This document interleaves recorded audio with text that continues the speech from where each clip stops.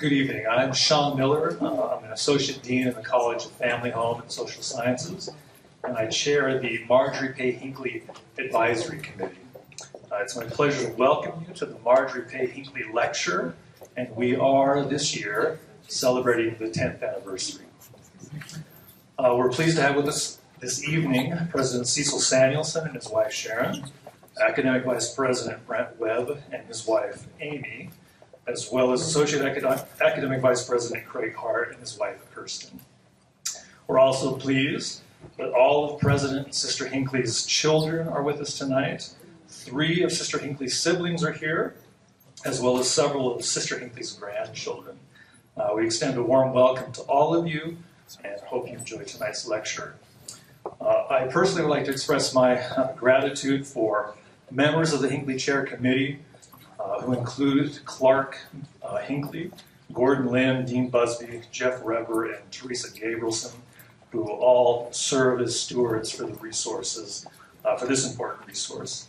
And I also thank our wonderful college staff, in particular Kim Reed, who makes this event possible each year and do so ably. Sister Hinckley has been described as charity personified, and we are honored to help perpetuate her legacy of love and concern, particularly for families and children who are the focus of the aims and purposes of the chair. Tonight's Marjorie Pay Hinckley lecture will be delivered by Dr. Brad Bushman, the Margaret Hall and Robert Randall Reinhardt Chair of Mass Communication at The Ohio State University. He will be introduced by Professor Bob Ridge of the Department of Psychology.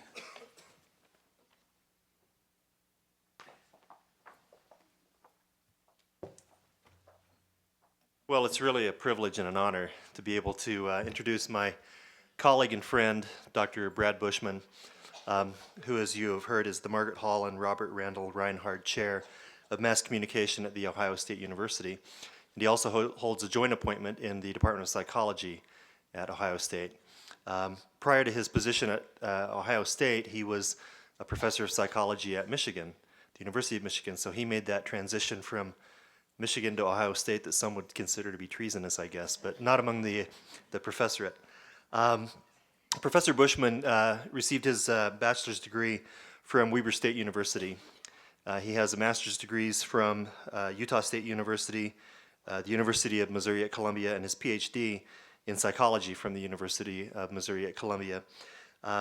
He is a member of President Obama's Committee on Gun Violence, the author of over 140 refereed publications in empirical journals, the recipient of nearly $5 million in grant funds.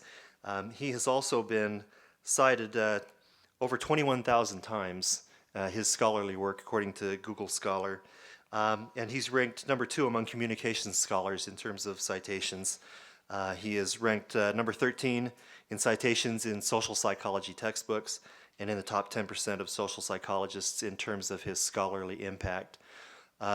It's truly a great blessing to be able to welcome him to Brigham Young University. He's a friend of the university, a friend of ours, a man who has great ideas, who it's fun to just sit and talk with, to develop new ideas for research. So it's my pleasure to introduce Professor Brad Bushman.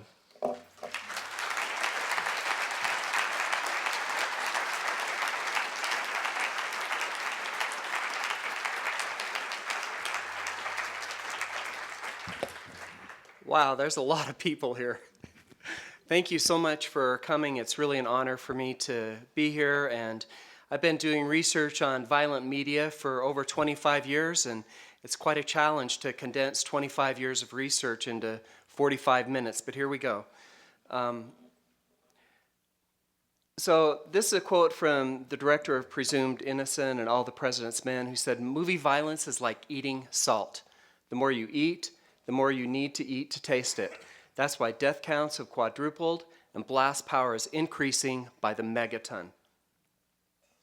I don't know how many have seen Psycho. Has anybody seen Psycho? In Psycho, a man kills a woman with a knife while she's taking a shower. That's Psycho 1. Here's Psycho 3. Skip the knife. Bring in the tank, right? And it seems like as time goes on, the media, whether it be television programs, movies, or video games, become more and more graphic, violent, and realistic. This will date me, but when I was a kid, this is the video game I played, right? And here's the video games kids play today. Or they can even play games where they practice assassinating John F. Kennedy. So what I'm going to do is talk about some violent video game effects.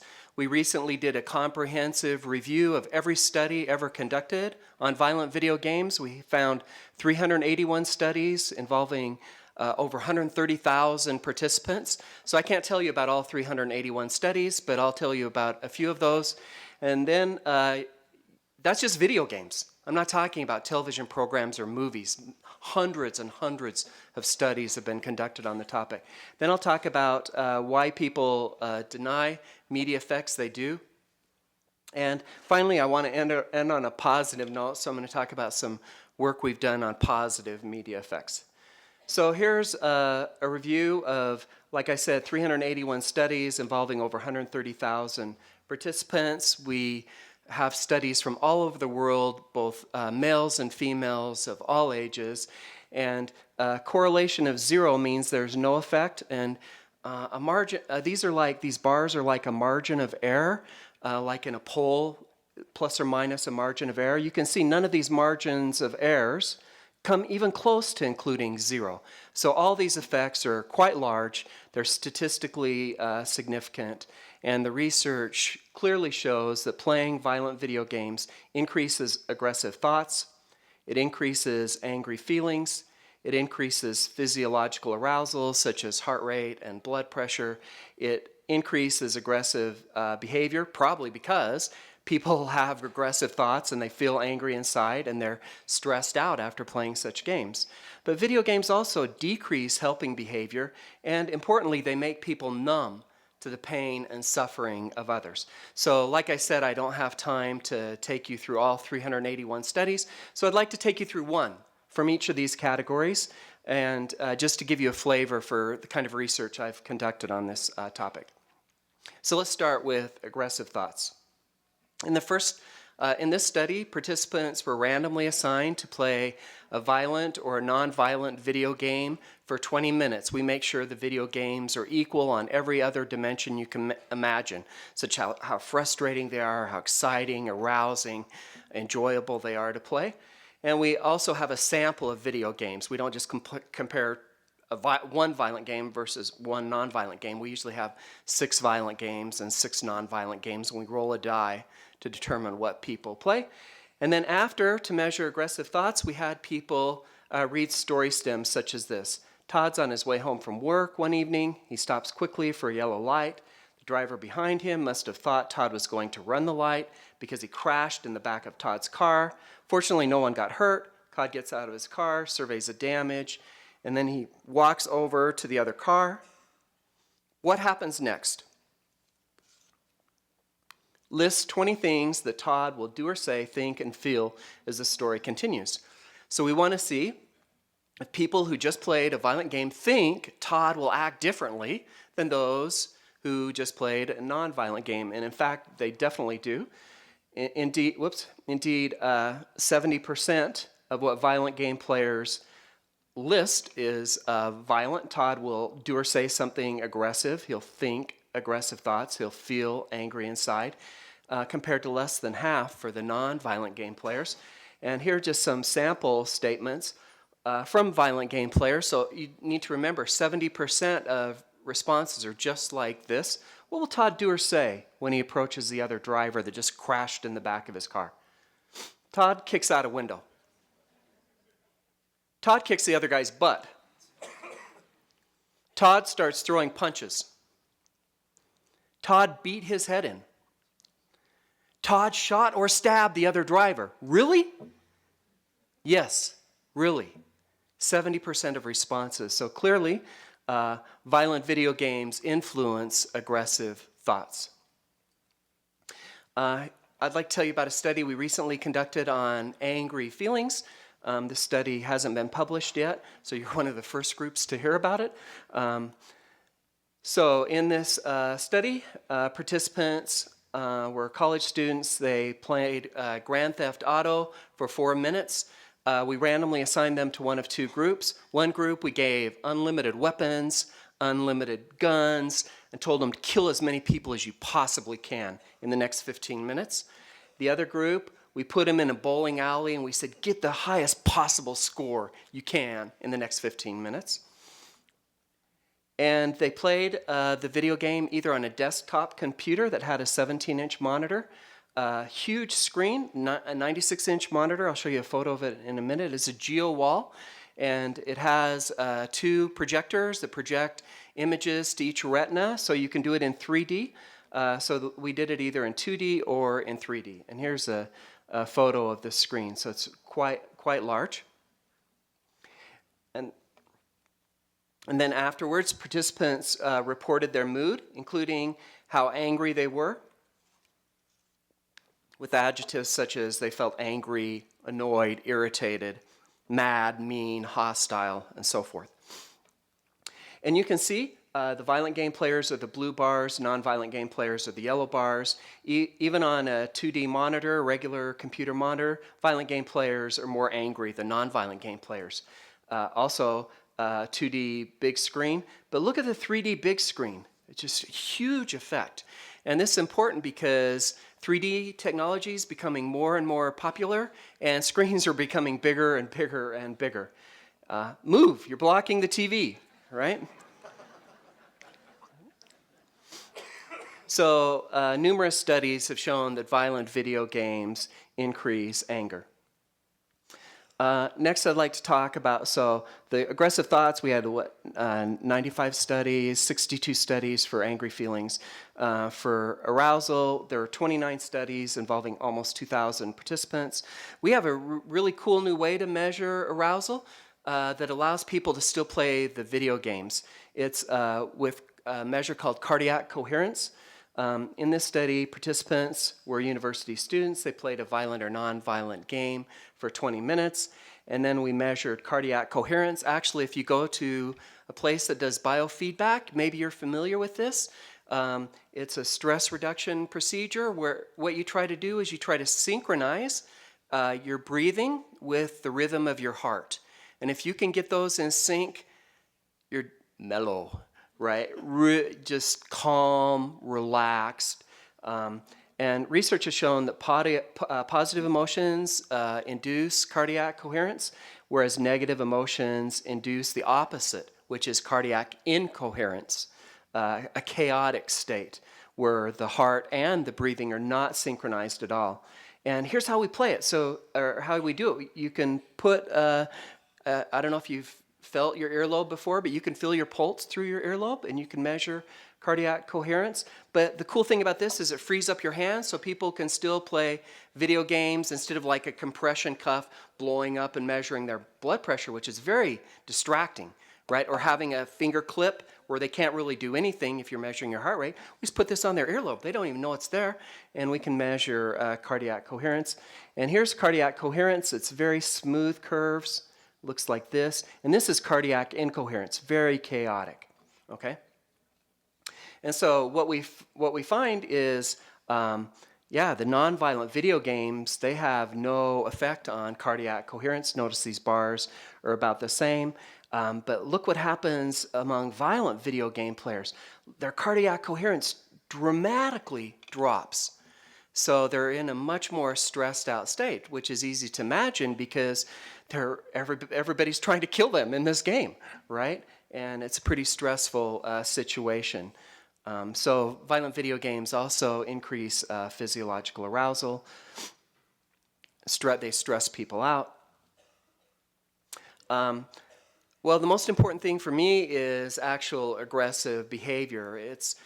But this shows that our thoughts and our feelings and our arousal levels are linked to behavior. You can see these results are very similar, but the effects are largest for aggressive behavior. There's been 140 studies. People who say there's not enough research on violent video games have no idea what they're talking about. There have been 140 studies on the effects of violent video games on aggression. I'm not talking about one or two studies involving over 68,000 participants. These are very reliable effects. Look at the margin of error there. You can hardly even see it. is so tight and it's so far away from zero, there's absolutely no question that violent video games increase aggressive behavior. So here's a study we did in the Netherlands. I'm a professor at Ohio State 9 months a year, and the other 3 months I'm a professor at the Vrije Universiteit in Amsterdam. And the participants in this study were Dutch boys. They were about 14 years old. We randomly assigned them to play a violent or non-violent video game for 20 minutes. These boys were in Amsterdam, and we told them they were competing in a task with some boys in Groningen, which is in the north of the Netherlands. After playing the game, they rated how cool they thought the players were in the games, how much they wanted to be like these characters, did they identify with these characters.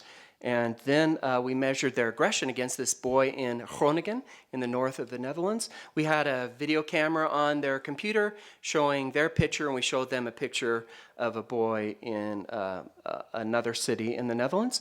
And they could blast this boy. They competed to see who could press a button faster, and the winner gets to blast the loser with loud noise through headphones. So we can't, in our laboratory experiments, we can't randomly assign people to play violent or non-violent video games and then give them guns and knives and see what they do with them. So researchers have to be very creative about how do you measure aggressive behavior? How can people hurt another human being in a relatively safe way so that they don't die? And so in this study, participants could give loud blasts of noise to their partner. They didn't have to, though. We didn't force them to behave aggressively. They could choose no noise. Level 1 is 60 decibels. 2 is 65 decibels. 70, 75, 80, 85, 90, 95, 100. 105 decibels is about like a smoke alarm or fire alarm going off. It's very loud, but through headphones. And then they could also decide how long the other boy suffered by how long they held down the duration button. So they could give the other boy really loud blasts of noise for as long as they wanted. And the noise was a combination of noises that most people really hate, like fingernails scratching on chalkboards, dentists drilling teeth, sirens. And I have a sample of the noise just so you can get a flavor. So here you go. Oh, let's see what happened.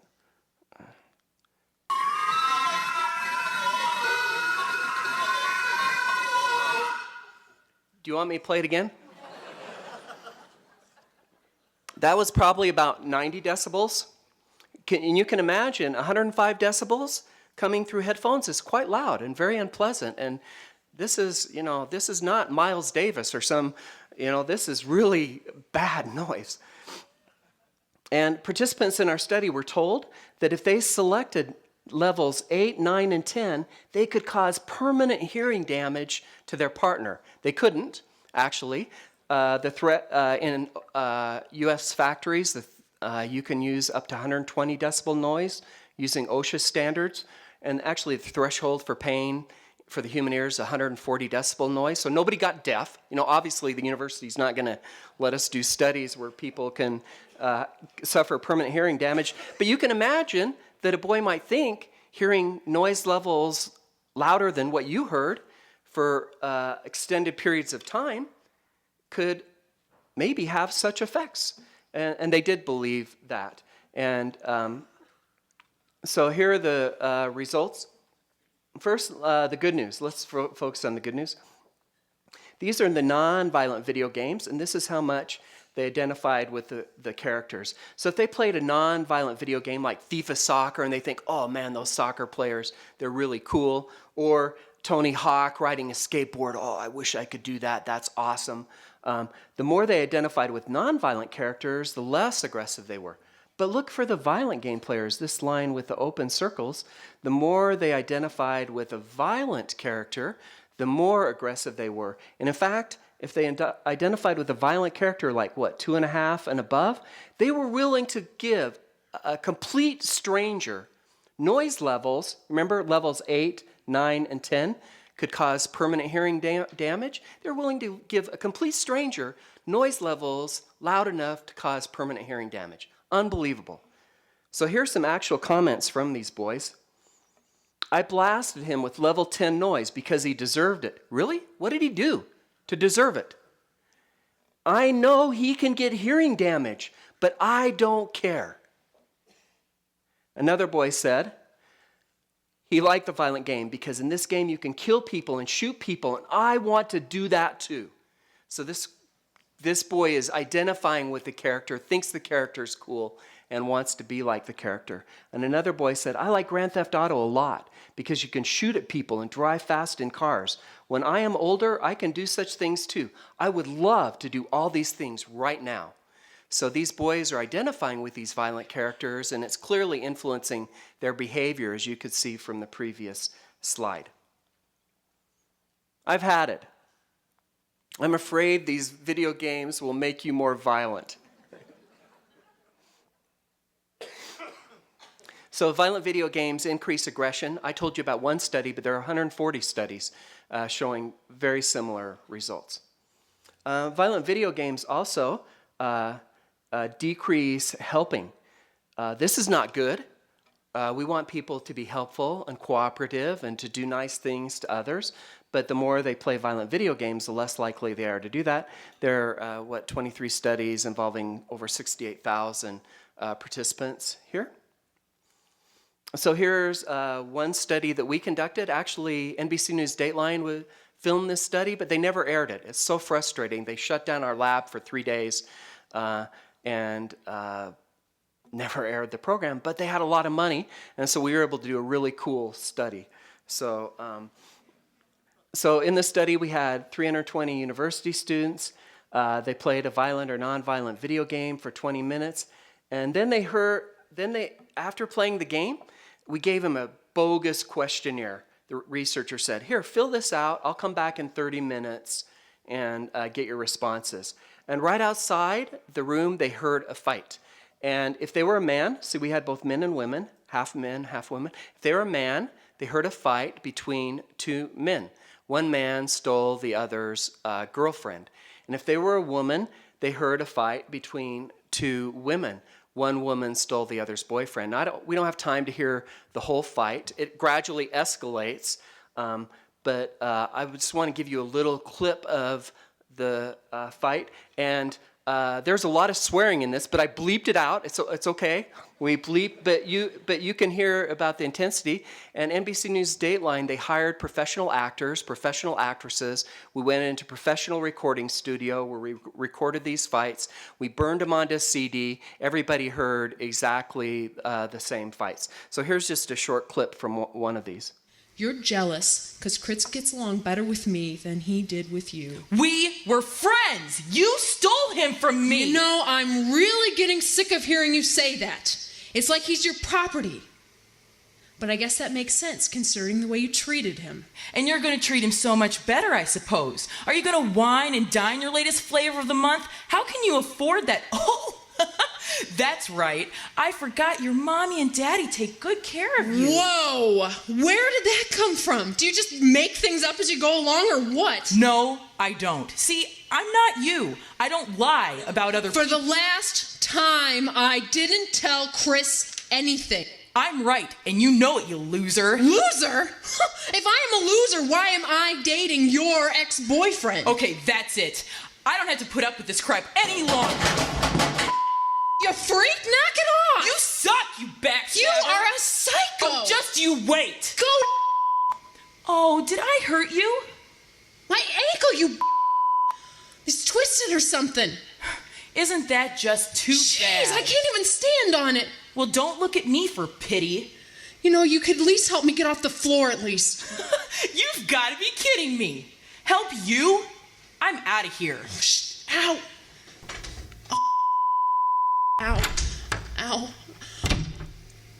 I can't believe she left the... Ow. Ow, this really hurts. I can't even... Ow. Ow. Ow.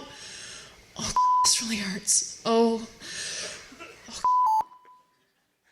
So, I don't know if you heard, there's a time when the door slammed, and the instant the door slammed, the researcher pressed a button on a stopwatch to time how long it would take people to come help. This poor person, she's like groaning in pain for 3 minutes out there. And also, when she says, you know, why are you such a loser? I'm a loser. If I'm such a loser, why am I dating your boyfriend? That's it. And you hear all that crashing. The researcher pounds on the wall 3 times. The walls are like shaking. And there's a metal trash can. The researcher kicks it down the hall. So you hear all this raucous. The walls are shaking, and it's very convincing. And then it's safe, okay? The door is slammed. The aggressor is gone. And now we time, how long does it take people to help? And then afterwards, the researcher comes back and asks if everything is going okay. No, it's not going okay. There was this fight. Really? Oh, no. If there's ever a fight, we need to complete a police report. Well, it wasn't really a police report, some bogus report we did. But it allowed us to get a numerical rating of how serious they thought the fight was, because we thought violent video game players would think the fight was less serious. And so here are the data. You can see that nonviolent game players, they help in 16 seconds. Violent game players, 73 seconds, 450% slower, right? And why are they so slow? Well, they think the fight is a lot less serious. Why do they think that? Well, they've been blowing people's heads off for the last 20 minutes. You twisted your ankle? Big deal. Get over it, right? So research has shown, not just this study, but many other studies, that violent video games decrease helping. And last, I'd like to talk about how violent video games decrease empathy and compassion for others. And there have been looks like 32 studies involving over 8,000 participants that have looked at empathy. So we did a brainwave study. Actually, we've done a few of them. And in this study, participants were either violent or non-violent game players. And we measured their brainwaves while they saw neutral, negative, and violent images. The negative images are really important because they provide a control with the violent images. Everybody hates the negative and violent images. I'll show you some of these in just a moment. Nobody likes them. So here's the neutral images, things like mushrooms. Here's the negative images, like a dead dog and a baby with a birth defect. And here's the violent images, like a man putting a gun down another man's throat and a man holding a knife against this woman's throat. Everybody hates these images. They don't like them. But these images are not in video games, dead dogs and babies with birth defects. But there's a lot of guns and knives in video games. So this is really a very important control in our study. And what we do is we put a cap on participants' head and we measure their brain activity. And what we're interested in is the P300. It's called that because it occurs 300 milliseconds after they see the photo. And what it does, you can see this curve right here. What it does is it measures how shocked, surprised people are by the images they see. And we think the violent video game players are not going to be so shocked by guns and knives because they see so many of them, that they're going to become numb to these violent images. They won't respond to them as much. And the research shows, and then afterwards, we measured aggressive behavior with that noise blast task that I showed you about earlier. Did you want to hear that noise again? Okay, just checking. Okay, so you can see here's the neutral images. They're the solid lines, like the mushrooms. And the non-violent game players are the black lines, and the violent game players are the gray. Nobody is shocked by the mushrooms, right? I mean, this curve is very flat. And it doesn't matter whether you're a non-violent game player or a violent game player, nobody is shocked or surprised by them. But people see these negative images like the dead dog and the baby with the birth defect. I don't know about you, but those are shocking images. And when people see those, you get a huge curve. And it doesn't matter whether you're a violent or non-violent game player, those curves are virtually the same. So violent game players, their brains aren't dead. They are shocked by some images, but look at this. Now these are for the violent images. Okay, well, nobody's shocked by the mushrooms. All right, big deal. Non-violent game players, they see a man sticking a gun down another man's throat and a man holding a knife against a woman's throat, wow, that's shocking. And you can see how much they respond. But look at violent game players. They're not nearly as shocked by what they see. This is at the cortical level of the brain. They've become numb to violent images. They're not shocking anymore. Okay, they're more shocking than mushrooms, but big deal. Compared to non-violent game players, there's a huge difference between the two groups, right? And like I said, we measured their aggressive behavior. They could blast a partner with loud and long noise through headphones. And here's the people who are numb. They don't respond, right? They are the most aggressive by far. And here's the people who do respond, who are shocked. Look how much lower their aggressive behavior is compared to the people who are numb. This is really important findings because it shows that what happens in your brain is related to how you actually behave. That if you're numb to the pain and suffering of others, then you treat other people more aggressively. You're more likely to hurt them. You give them louder blasts of noise, that terrible noise that you just heard, for longer durations. And the correlation, this is a huge correlation. Correlation between smoking cigarettes and getting lung cancer is 0.36. Okay? This is not some trivial effect. This correlation is minus 0.48. And the more people respond to violent images, the less aggressive they are. And we also find the more people play violent video games, the more aggressive they are. Look at that correlation, 0.57. Very strong correlation.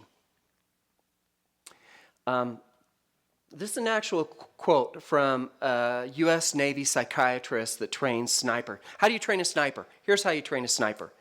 To desensitize the trainee to violence, he is exposed to, quote, films specifically designed to show people being killed or injured in violent ways. The trainee is forced to watch by having his head bolted in a clamp so he cannot turn away, and a special device keeps his eyelids open so he cannot shut them. Right?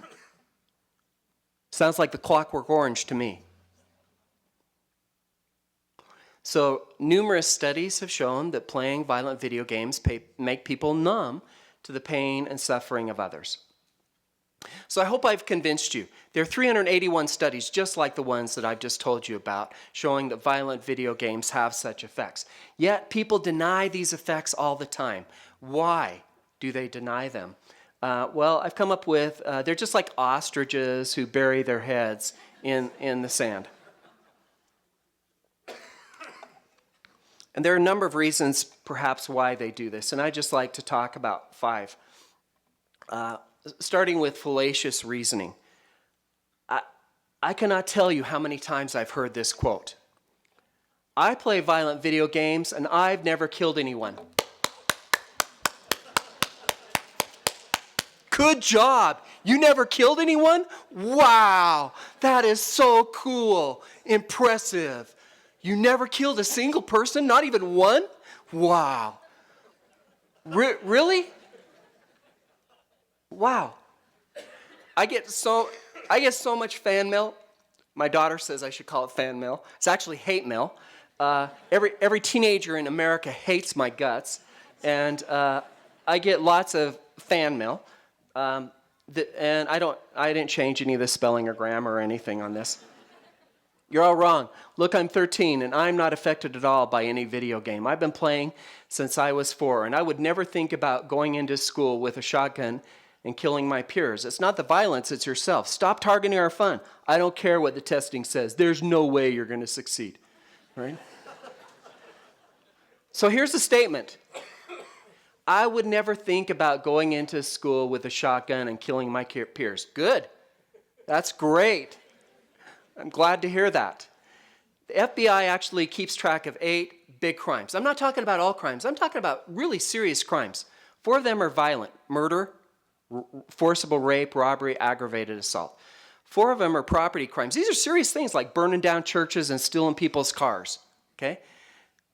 What percent, not of all crimes, of these 8 crimes, what percent do you think are murders? Any guesses? 2%? Actually, 15%? Any other guesses? 1/10 of 1%. 1/10, not of all crimes, of the big 8. 1/10 of 1%. If I wanted to find 4.7 murders, I would have to study 100,000 people in America for an entire year. You never murdered anyone? Big deal. Nobody murders anyone. It's incredibly rare. 1/10 of 1% of people murder.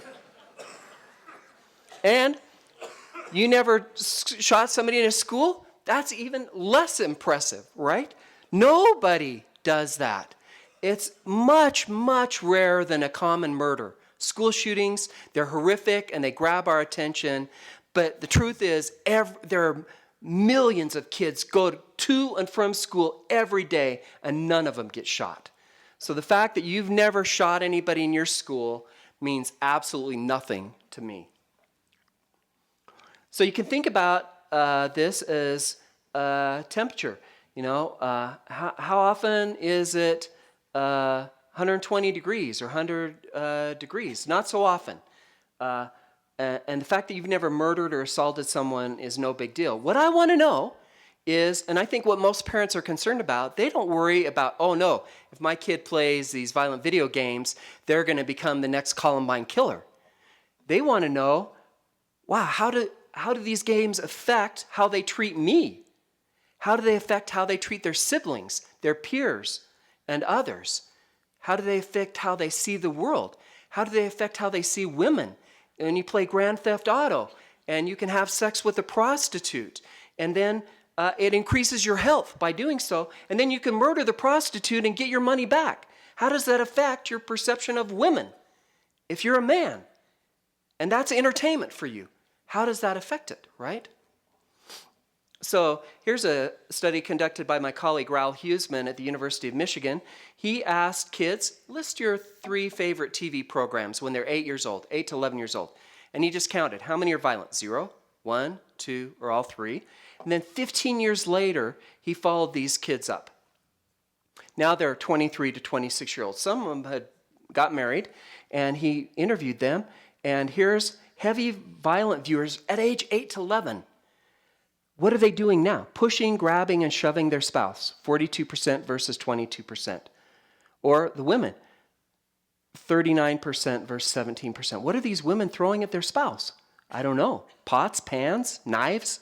Who knows? But they're doing it more than twice as much if at age 8 to 11 they liked violent TV programs than if they did not. None of these people killed anyone. But they're shoving other people. They're punching, beating, and choking another person. They're grabbing, pushing, and shoving their spouses. That's not good, right? But they don't kill anyone. So the fact that you've never killed anyone is, yeah, I hope you don't. But there are other effects of violent media beside whether you're going to kill somebody. Cognitive dissonance reduction. Cognitive dissonance is when we have conflicting thoughts, it causes psychological discomfort. And this is called cognitive dissonance. Like this, right? Right? So there's conflict. So a person may say, oh man, I love playing violent video games. They're really fun.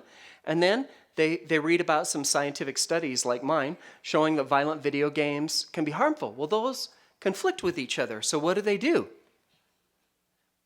These studies are crap. These researchers are idiots. The methods are flawed. The researchers are biased. And actually, there's a brand new study showing that violent video game players are more likely than other people to believe that violent video game research is flawed.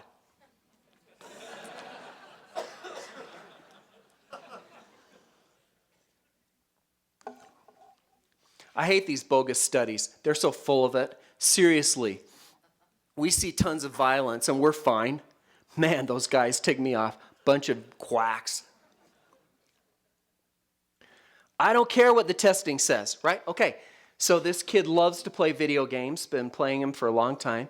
And what does he say? I don't care what the testing says. Dismisses the research.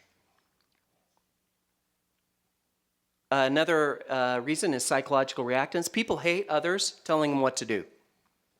And when people try to tell us what to do, we experience an unpleasant emotional response called psychological reactance, right? And when that happens, there are three things that occur. First, we want whatever somebody tells you can't have this, we want it more. We try harder to get it, and we aggress against the person who tries to stop us. We want it more. Suddenly I have an urge to juggle machetes. Absolutely no machete juggling. It's the essence of human nature. Lewis Bird, man. That's how it goes, right? Don't tell me what to do. We try harder to get it. Stop targeting our fun, right? And we aggress against the source of the prohibition. Mom read some report that said kids who watched over an hour of TV a day were more prone to violent behavior. Now she's going to make us all cut back on how much we see. I swear I could strangle whoever wrote that report. Heck, I'd pummel, maim, then strangle. So these, if you don't believe me, just go home and Google Brad Bushman and see what people say about me. They hate me. Teenagers in America hate me so bad. These are actual responses. I'm not kidding. And these are mild ones, right? It's crap like your article that makes me feel angry or violent. It's not the games.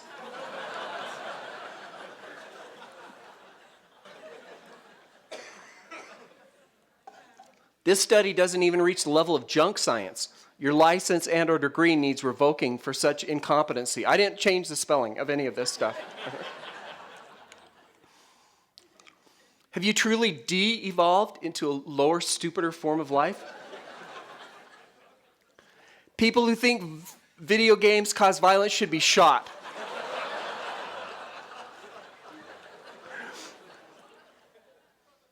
All right. Another reason is the third person effect. This is a very robust finding. People believe that media have a much stronger influence on other people than on themselves. We asked about 700 college students, does violent TV harm kids? Yeah, it harms kids. Does it harm everybody? Sure. Does it harm the average college student? You bet. Does it harm you personally? No way. I don't get it. So this is the average of 700 college students, and this is the average college student. Why isn't the average of the college students equal to the average college student? Tell me. It's because of this third person effect. It's very robust, right? Finally, there's denial from the media industry. Computer games don't affect kids. If Pac-Man affected us as kids, we'd all be running around in darkened rooms, munching magic pills, and listening to repetitive electronic music.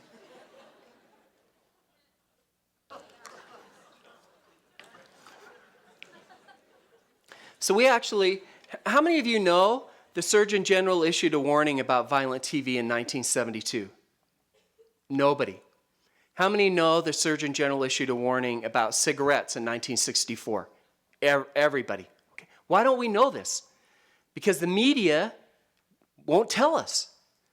They'll tell us that cigarettes are harmful, but they won't tell us that they're marketing a harmful product. Well, in 1972, the Surgeon General issued a warning on violent media. Since that time, the effects are becoming bigger and bigger and bigger over time. I don't know if it's because video games and TV programs and movies are becoming more violent, or if people are playing them more, or what. I don't know why it's going up, but it's going up. Nevertheless, we analyzed over the same period of time 636 news reports. Look at this curve. It's going the opposite direction. What are these news reports based on? They're not based on science, because if they were based on science, it would mirror the science. But it's going the opposite direction of the science. As a scientist, this really makes me angry. That, I don't know, maybe my own graduate students, if I force them, will read research reports, but most people don't read them. But they read the news, and the news says they're not harmful. I don't get it. Yet, politicians spent $4 billion on advertising in the 2012 election. Why would they spend $4 billion if media has no effect on viewers? Advertisers in America spent $64 billion in 2012. Why would advertisers do that if it has no effect on consumers? Oops. Help me understand the logic of this. Watching 2 hours of violence in a movie has no effect on behavior, but a 30-second Super Bowl ad is worth $3.8 million because it will make us run out and buy a product. How can that be true? How can the ad affect us, but everything surrounding the ad has no effect on us? How is that possible? I don't get it. If you get it, tell me, because I don't get it. Okay, finally, I want to end on a positive note here. Yeah. And I would just like to say media are a tool. Like any tool, you can use it for good or you can use it for ill. And we've done also some research showing that media can be used in a positive way.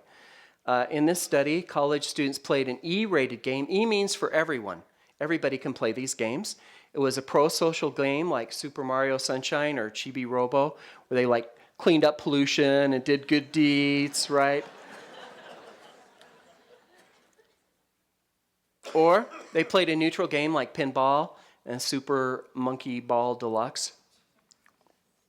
Or they played a violent game. Now these are E-rated games, so these are not so violent. And I would propose if video games like Tie 2, Crash, and Twinsanity influence people's behavior, what about M-rated games for players 17 and older like Grand Theft Auto, Call of Duty series, Halo, so forth? Okay, so I played one of these games, and then we told them by the flip of the coin, one of them would choose anagrams and one of them would solve anagrams. And so the real participant was assigned to choose the anagrams, and they could choose easy, medium, or hard tangram puzzles. And if you don't know what a tangram puzzle is, it looks like this. It's a shape, and you have to rearrange these shapes to make an object. So these are easy, these are medium, and these are really hard, right? And we told participants, if your partner solves all 11 of these in 10 minutes, they get $10. So if you're a really nice partner, what you'll do is you will assign your partner easy tangrams so they can get the $10. If you're a jerk, what you will do is assign your partners these kind of tangrams so there's no way they can get the money, right? And that's exactly what we find. Here's assigning easy tangrams, being helpful. Who assigned the most? Pro-social video game players. Middle, neutral. The least, violent game players. Here's the jerks, who assigned really hard tangrams. Who assigned the most really hard tangrams? The violent game players. Neutral, middle, lowest, pro-social. So pro-social has opposite effects as violent video games. So in conclusion, violent video games, they increase aggressive thoughts, they increase angry feelings, they increase physiological arousal, such as heart rate and blood pressure, they increase aggressive behavior, they decrease helping behavior, they decrease feelings of empathy and compassion for others, whereas pro-social media have the opposite effect. They decrease aggression and they increase helping. My daughter Becca wanted me to show you this quote. I love video games, but they're very violent. I want to design a video game in which you have to take care of all the people who've been shot in the other games. Hey man, what you playing? Super busy hospital. Please leave me alone. I need to concentrate. I'm performing a surgery on a man who was shot in the head 57 times. So I'd like to offer a special thanks to BYU, to the Hinckley Foundation, and especially to you for attending. I'm really honored to be here. Here's a quote from Sister Hinckley. The trick is to enjoy life. Don't wish away your days, waiting for better ones ahead. Beautiful motto to live by. And I think we have some time for questions.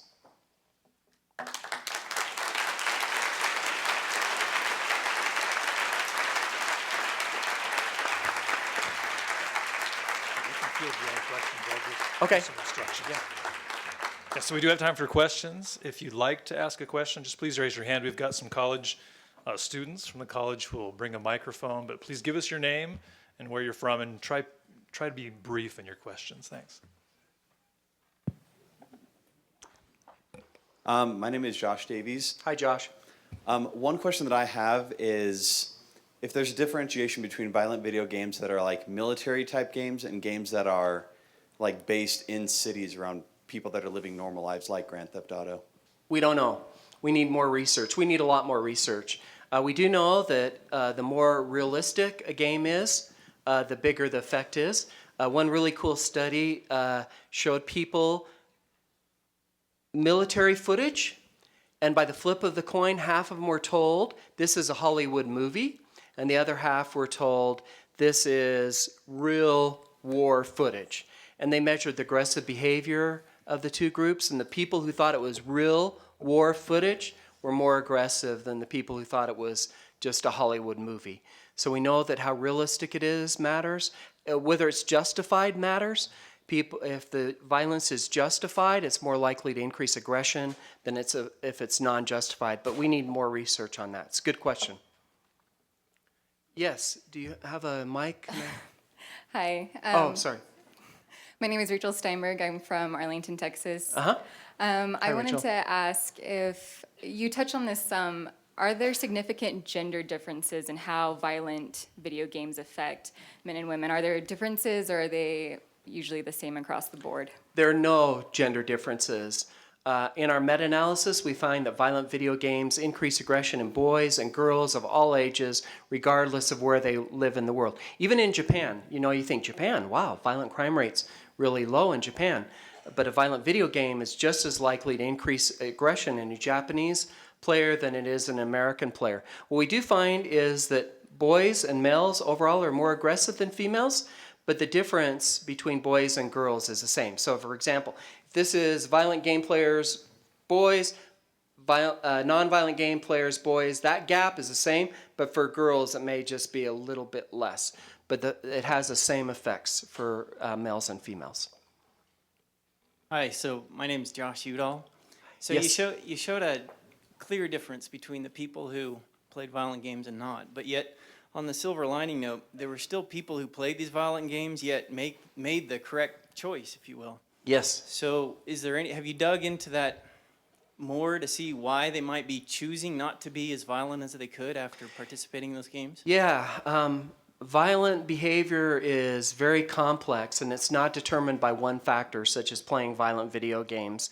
And the more extreme the behavior, the more factors you need to explain it. And there are also protective factors as well. But what I would like to say, I guess, is, although there's a number of factors that contribute to violence, this is one of the few we can do something about.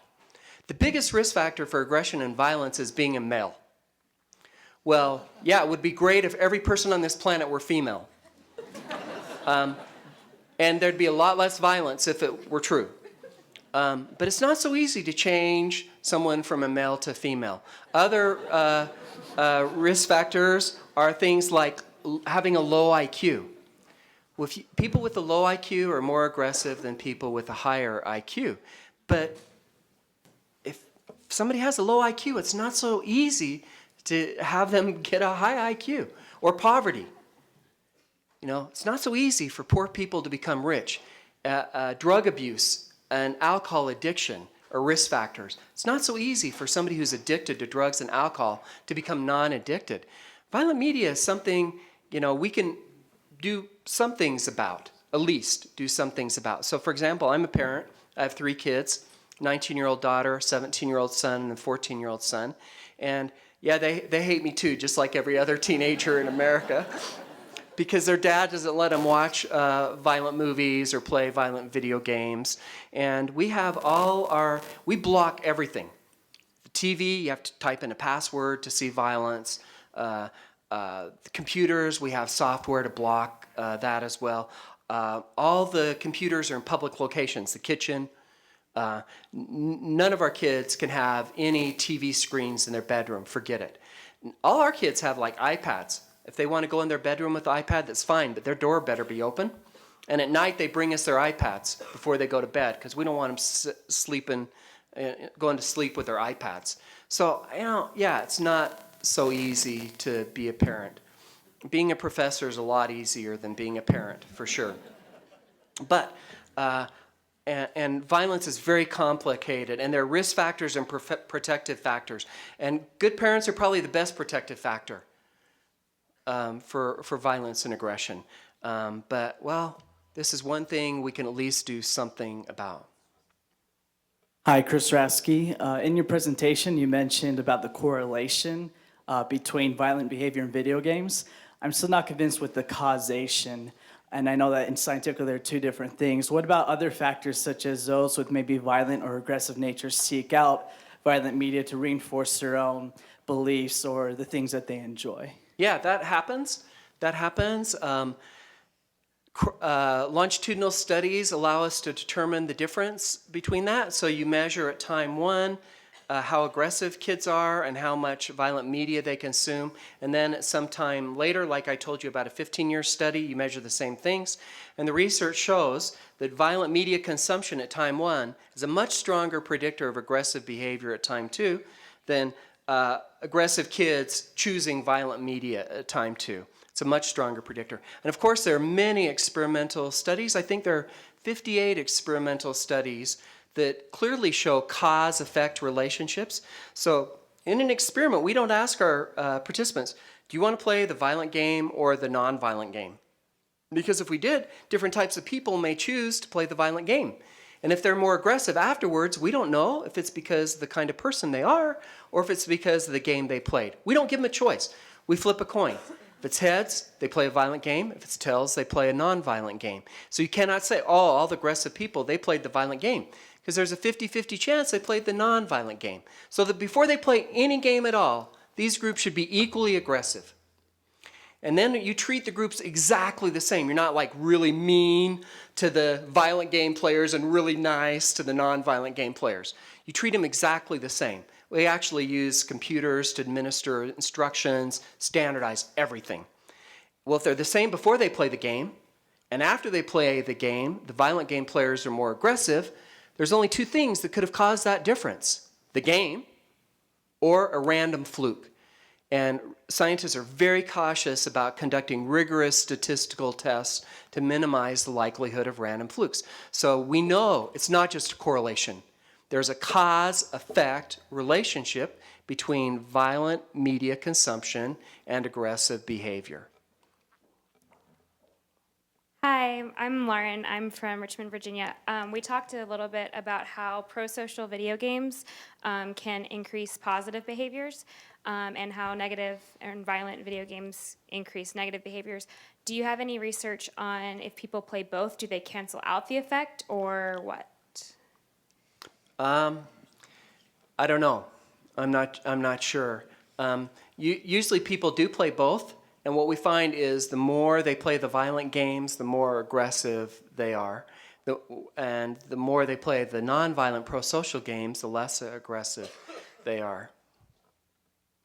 So I've got a question for you. I was wondering, you talked about obviously the correlation between video games. I'm wondering what about other forms of media such as books? And so I'll give you an example. I just reread Ender's Game, so I'm a pretty avid reader.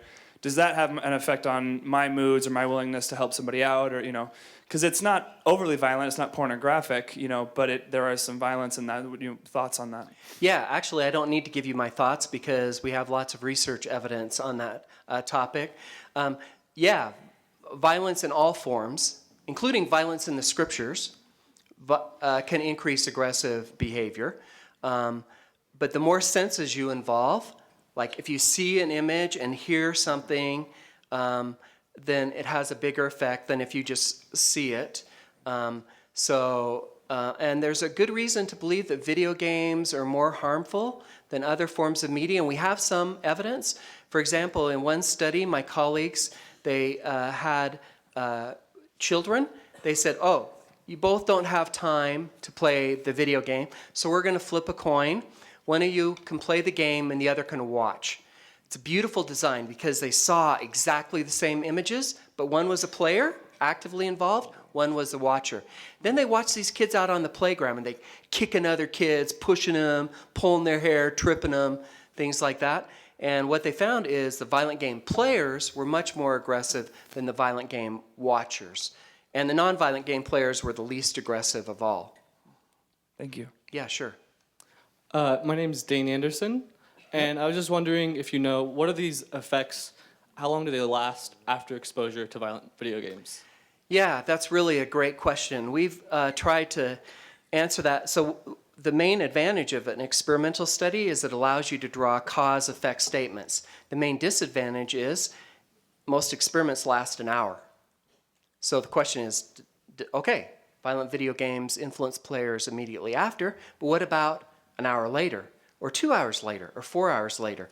We did one study in which we randomly assigned people to play a violent or non-violent game on day 1, and then day 2, we randomly assigned them to either think about the game, you're going to play it again, think about how you could improve your gameplay. We didn't tell them to think about the violence, but they either played a violent or non-violent game. So if they're thinking about the game and they played a violent game, they're thinking about the violence, or we told them nothing. And then they came back the next day, exactly 24 hours later, and we measured their aggressive behavior. They did not play the game again. So it had been 24 hours since they played that game. Those who had thought about the game the past 24 hours and had been ruminating about it, they were significantly more aggressive, especially the males, than those who did not think about it. So the effects can last as long as you ruminate about them, rehearse them in your mind, keep them active in your memory, then the effects can last. And then we also just finished a 3-day experiment. I don't recommend it. It's not easy to do a 3-day experiment. And we had people play either violent or non-violent video game day 1, day 2, a different game, the same type, violent or non-violent, and game 3. And what we found is day 1, violent game players are more aggressive than non-violent game players, 20 minutes a day. Game 2, the effect is bigger. Day 3, the effect is bigger still. So the effects seem to accumulate over time, and I can tell you people play violent games a lot more than 20 minutes a day. And if we find 20 minutes a day for 3 consecutive days, and they play it more than 3 days in a row too, if we find 20 minutes of gameplay every day for 3 consecutive days has this cumulative effect, my guess is that it would be even stronger if you play more than 20 minutes or more than 3 days. Hey, Dr. Bushman, my Yes. name's Gannon, I'm from California. I just had a question along that exact same line, actually. Notice most of the studies that you mentioned, they were about 20 minutes of exposed gameplay. Has any of your experiments or any of the experiments that you studied longer video game exposure? I mean, people play oftentimes for several hours at a time. Have you seen anything like that? Yeah, longitudinal studies have done that. We just finished a huge longitudinal study, a 3-year longitudinal study. It involves an urban sample from Flint, Michigan, which has the 4th highest murder rate per capita in America in Flint. I've been in that high school many times. You walk through the high school door, there's 2 metal detectors and 2 armed police officers right at the high school door. It's very violent environment. We had a suburban group from the Ann Arbor area, and then we had a rural group, farm kids in Iowa.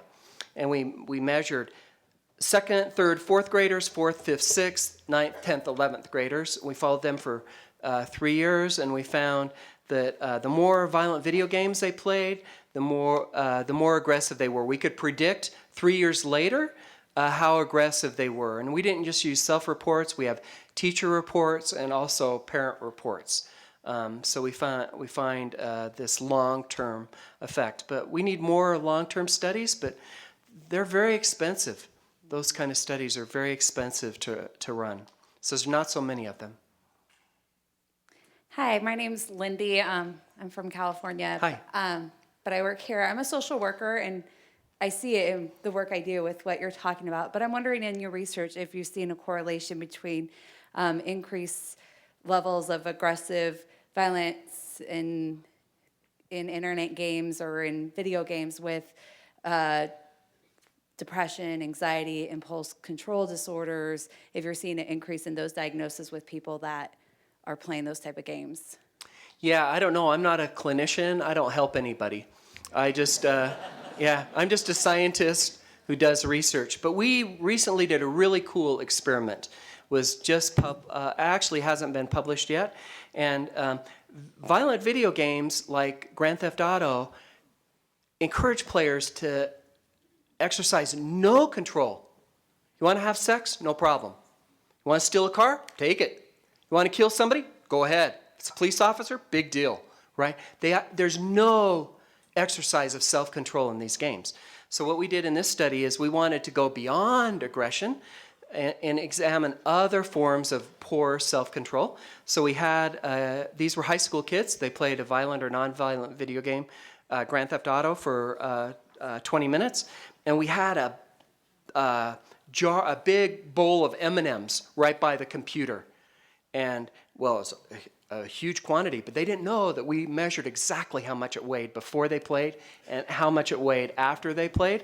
And violent game players ate 3 times more than non-violent game players. And then we had a drawing for really cool things like iPads. And we said, oh, well, to make it fair, you have to take a test. And for every item you get right, you get 1 ticket for the raffle for these cool iPads and iPods. And so we knew exactly how many they got right, and we gave them a big envelope with a ton of tickets in it. They did not know that we knew exactly how many tickets were in that envelope. So we said, just take the number of tickets you earned, right? And so we know how many they got right, and we know how many they should have took, and we know how many they did take. And violent game players took 8 times more tickets that they could use for raffle to get cool prizes like an iPad. So I would say that violent video games discourage self-control. And one of the top two predictors of success in life are intelligence and self-control. And people like Walter and Michelle have done these studies where they put a marshmallow in front of a kid and they say, you can eat this marshmallow now if you want, but if you wait till I come back, you can have 2. And the kids who wait, they're more likely to go to college, they have better paying jobs, like years later, decades later. They're much more likely to be successful in life. The kids who just eat the marshmallows, they're in prison, they never go to college. They're taking drugs. Yeah, so they discourage self-control for sure, and that's a bad thing. We need more self-control. For sure. Hi, my name is Rachel. I'm from Washington, D.C. Hi. And my question is, what have you seen about addiction to violent video games? Yeah, it's a tough area. I can't really say much. We need a lot more research on the topic. Some researchers, like my colleague Doug Gentile, have applied other addiction models to video games, like gambling, which is also a game. And they find similar patterns, but I'd really rather not say. I know you want me to say, but scientists are pretty careful. If I'm convinced of something, like what I've told you tonight, based on lots of research, I'll tell you, but we just don't know. We need more research. Sorry. Hello, my name is Justin Chang. I'm from Washington State. I just have a question. From my understanding, in the video game industry, E-rated games, by and large, outsell M-rated games, which is not the case in, for example, the film media or the film industry or the television industry. And compared to those industries, the FTC found that the video game industry is better able to regulate sales to minors than, say, movie tickets or DVD sales. Given those figures and given that, I would guess that television and film reach a wider audience than games do. Why is it still important that we go and focus so much on violent games? Actually, if you're an adult, I don't care what you do. I honestly don't. What I care about, we don't let our kids smoke cigarettes. We don't let them drink beer. We don't let them play with guns.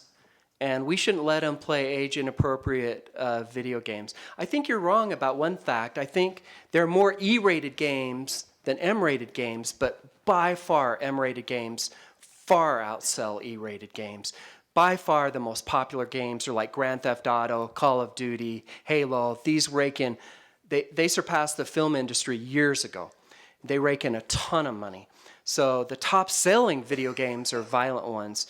But I honestly don't care what adults do. They're adults. They can make their own choice. I respect that. But let's protect our children. Let's make sure they don't consume age-inappropriate media. I think it's not appropriate for them.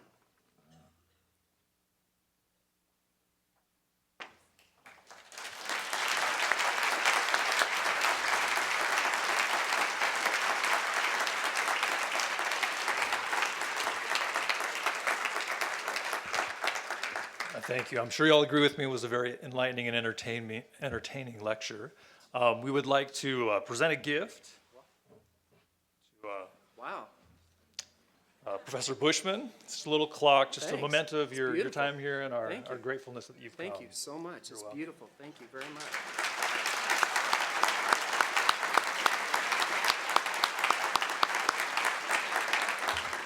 It even has Sister Hinckley's name on it. It's beautiful. You can't see it.